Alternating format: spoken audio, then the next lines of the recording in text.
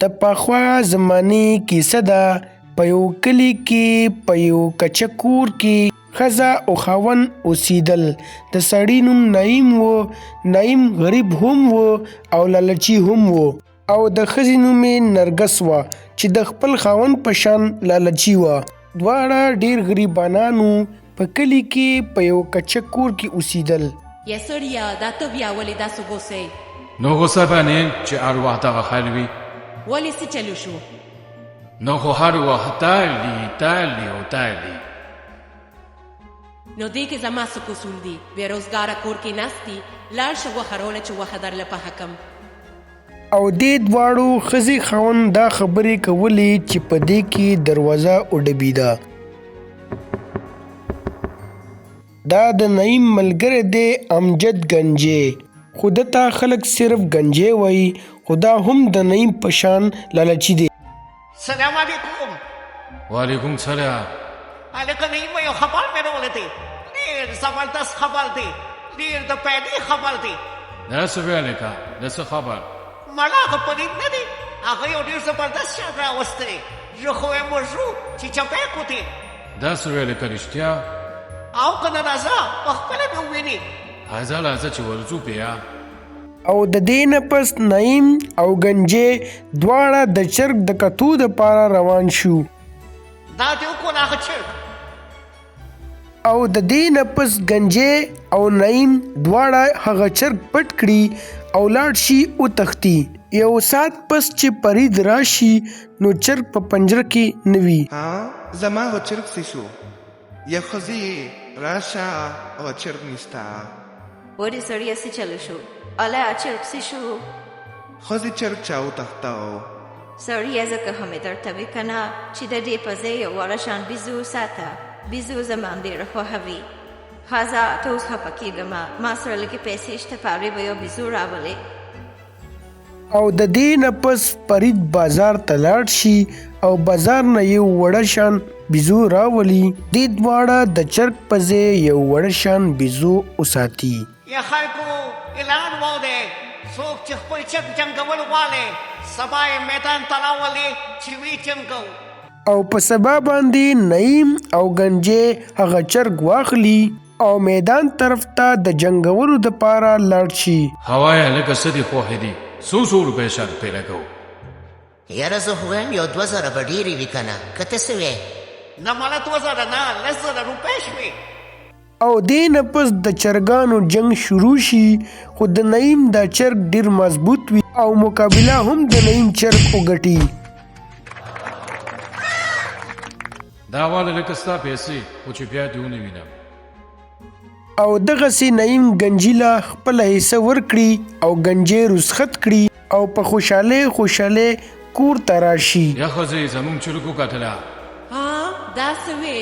څه پیسې دې وګټلې که نه؟ او که نه ښځې پوره 10,000 روپۍ مې پرې وګټلې. 10,000. ښه سړیه بیا خو بازار ته لاړ شه، ول غوښه راوړه چې لږه غوښه وخورو.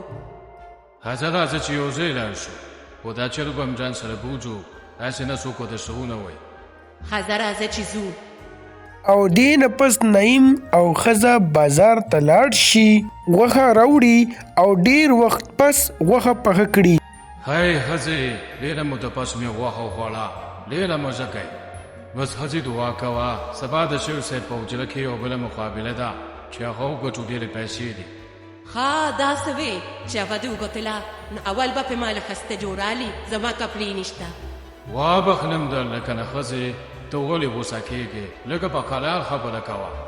او په سبا باندې د سیټ په حجره کې د چرګانو مقابله شروع شي. هلکه ګورې سوچ پې وکړه، هسې نه چت دې مولي او بیا چاړې. نه مړه راځه ګورو به. او دغسې د چرګانو مقابله شروع شي، خو دا مقابله هم د نعیم چرګ وګټي. ها سیټ صاحب وایي چې تاسو څه وې؟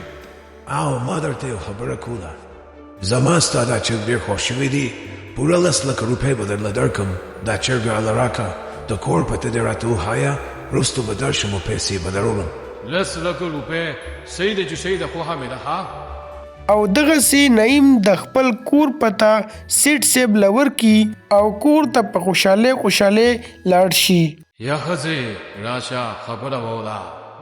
ولې څه دي سړیه ته خو ډېر خوشحاله څه چلو شو؟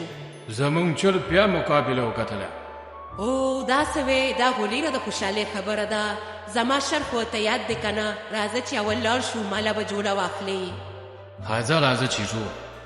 نعیم او ښځې د کپړو دپاره بازار ته روان شو او چرګ ته کور کې پاتې شو او بل طرف ته د فرید بیزو د سحر نه غیبه شوي وي. ولې سړیه څه چلو شو څه ګورې؟ یاره ښځې وختي داسې ګرځم بیزو نشته. اول لا نه چرګ ورک شو او اوس رانه بیزو ورکه شوه.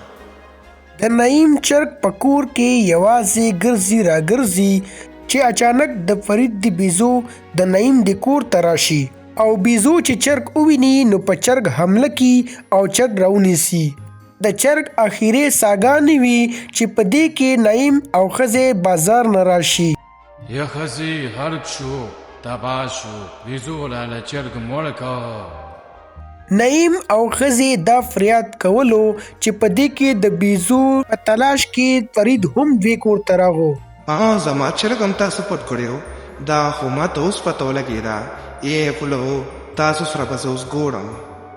دوی ټول دا خبرې کوي چې په دې کې د اتفاق سره هغه سیټ سره د پیسو راشي. لکه دا ولې په دې چرګ څه چلو شو؟ یاره چې دا دې بیزو وخوړو اخري ساګانې دي بس اوس یې په یو لاک واخله. نه دا راته ووایه دا بیزو د چا ده؟ ولې چې په بیزو څه کوې؟ دا بیزو زما ده. دا خو ډېره بهادره بیزو ده چې دومره وړه بیزو ده او دومره خطرناک چرګ یې مړ کړ. زما خو دا بیزو هم ډېره خوښه شوه. بس فریده دا پیسې به تاله درکم او دا بیزو ماله راکه. او دغسې سیټ صاحب د فرید نه په 10 لکه روپۍ هغه بیزو واخلي او فرید هغه پیسې واخلي او په خوشحاله کور ته لاړ شي.